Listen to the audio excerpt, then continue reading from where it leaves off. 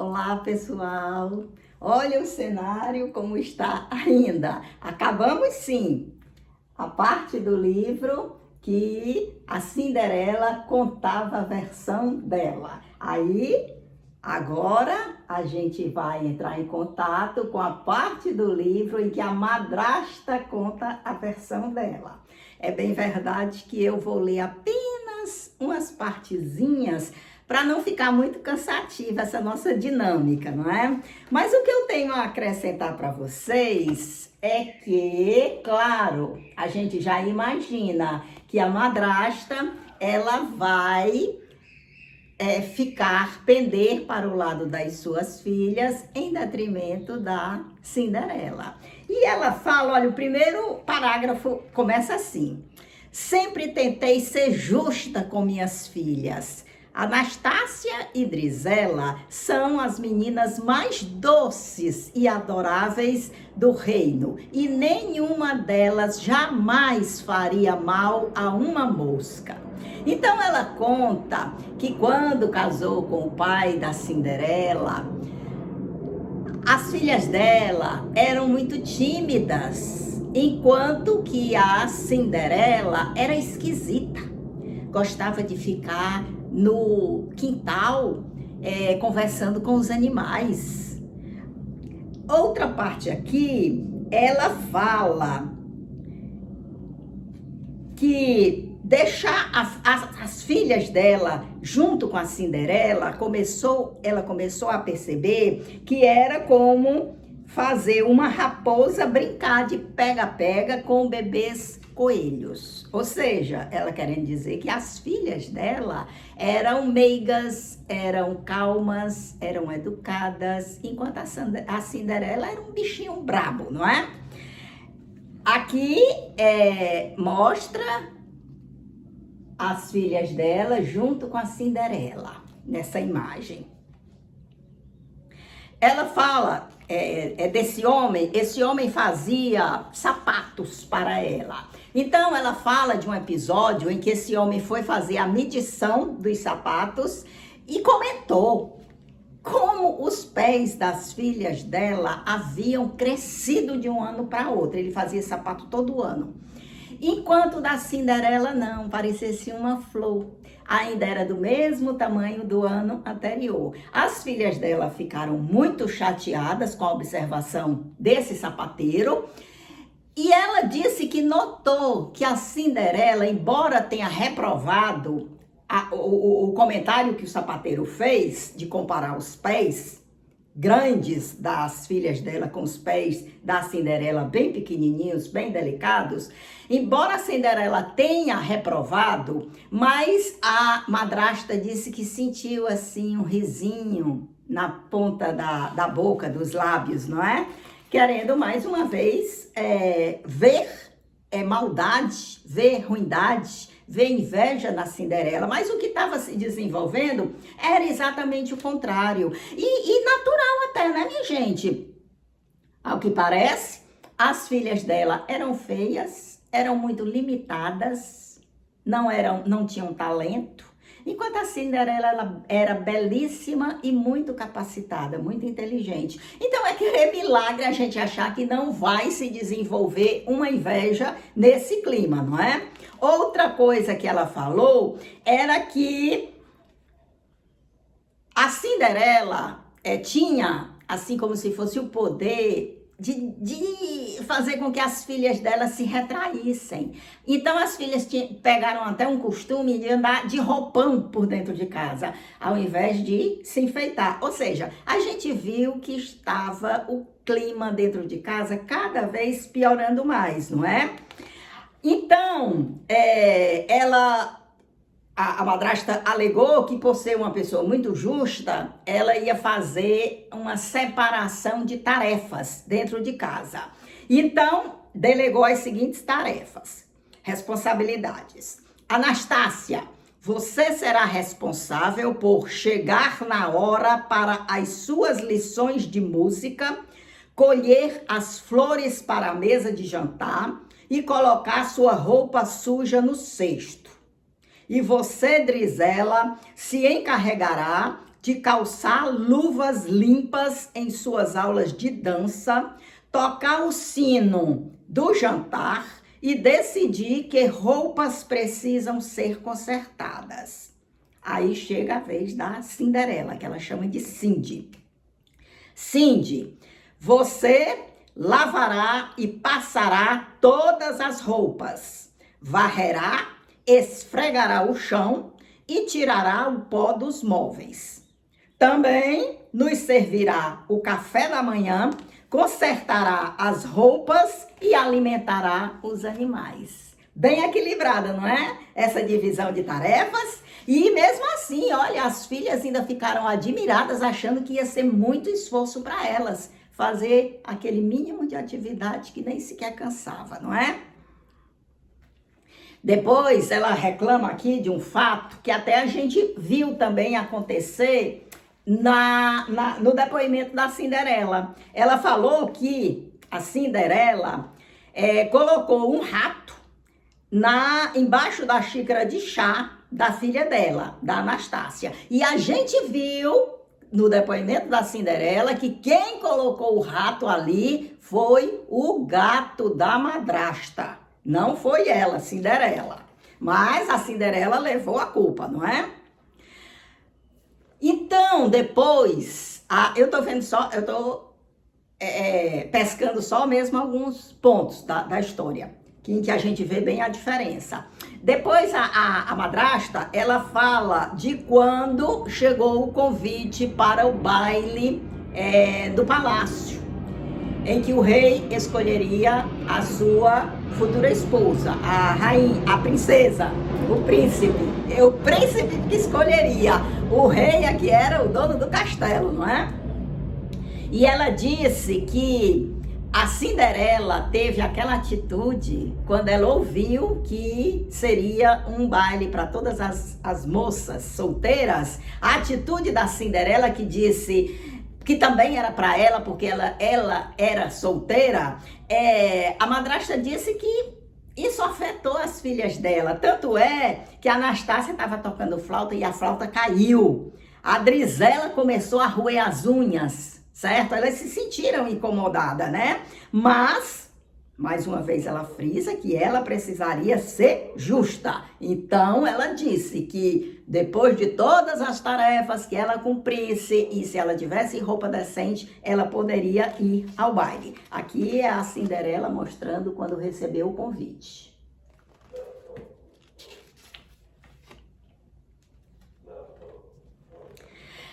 A madrasta diz que as filhas cumpriram a tempo e a hora as tarefas que a elas competia e passaram a tarde toda se preparando para a festa, escolhendo o vestido, enfim, todas se preparando para esse grande evento, né? Na esperança de serem escolhidas pelo príncipe que o sapatinho coubesse e etc, né?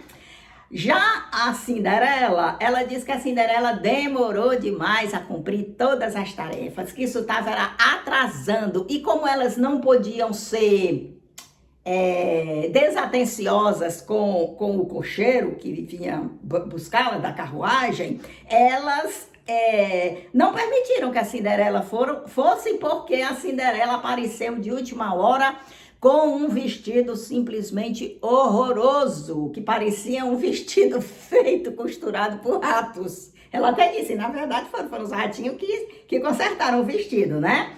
E a Cinderela aparece perguntando se tem lugar na carruagem, mas a madrasta foi muito justa, muito sincera e muito caridosa ao dizer que não tinha condições dela ir com aquelas vestimentas. E que a Cinderela foi incapaz até de agradecê-la por ela ter aberto os olhos dela. E chega o baile, né? A madrasta culpa a Cinderela pelo príncipe não ter passado muito tempo com as filhas dela, pelo príncipe não ter convidado nenhuma para dançar, porque ela não sabia ainda que era a Cinderela, né? Que tinha chamado a atenção, roubado a atenção do príncipe. Mas ela viu a Cinderela, mas não reconheceu. Ela sentiu alguma coisa assim familiar, porém não chegou a identificar na hora. Depois, quando ela identificou, é que ela se sentiu muito ofendida pelo fato da Cinderela ter roubado todas as atenções do príncipe, né?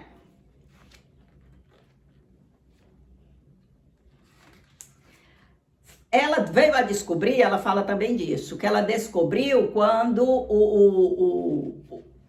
o empregado do príncipe foi experimentar os sapatinhos, não é? E que a Cinderela havia demonstrado, quando ela leu o convite do baile, deu a notícia, a Cinderela deu um grito muito grande e saiu dançando. Então, ela disse que foi aí que ela percebeu, juntou com aquela intuição que ela teve quando viu a moça dançando com o príncipe, aí ela juntou as duas informações e deduziu que era a Cinderela. O que ela tinha dito que era extremamente familiar, né? Em suma, o baile foi uma decepção para as filhas.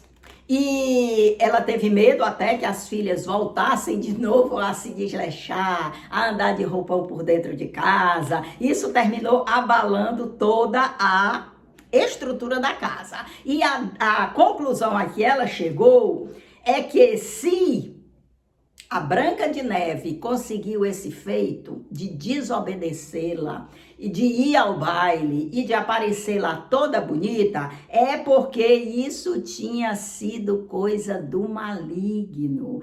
Devia ter sido trabalho de magia negra. Ou seja, ela acusa a Cinderela a todo momento, não é?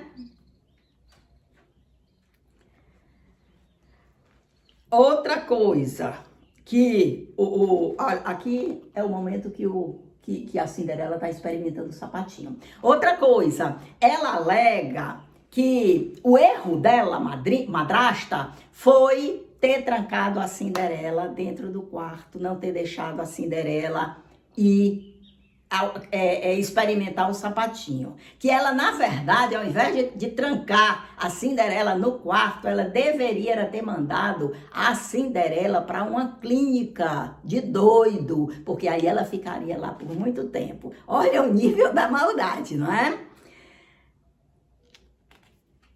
Outra passagem aqui importante.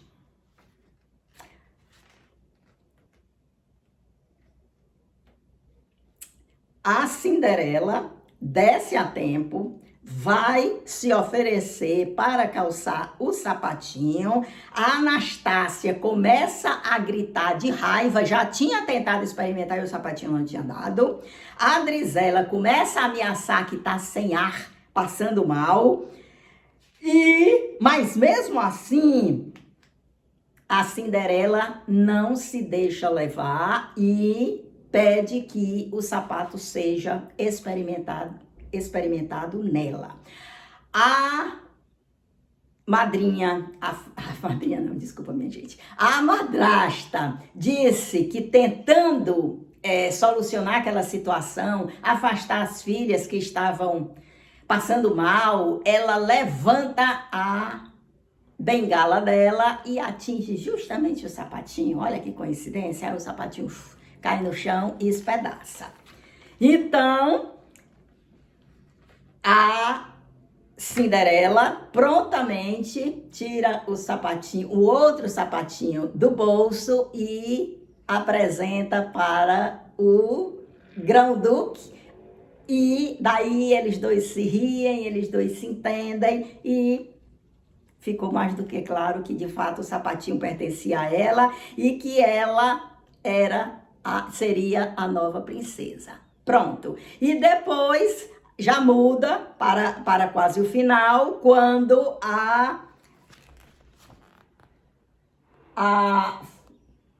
madrasta e as duas filhas estão tomando esse chá, esse café, as duas comendo e falando de boca cheia, reclamando da sorte delas, que não foi justo a Cinderela ter casado com um príncipe, agora era um príncipe, enquanto elas duas não tinham tido a sorte de conquistá-los. E assim terminou a historinha na versão da madrasta, que a todo momento tentou dar ares de educação, de boas maneiras, de merecimento às filhas, enquanto a complicada, a que atrapalhava as situações era a Cinderela.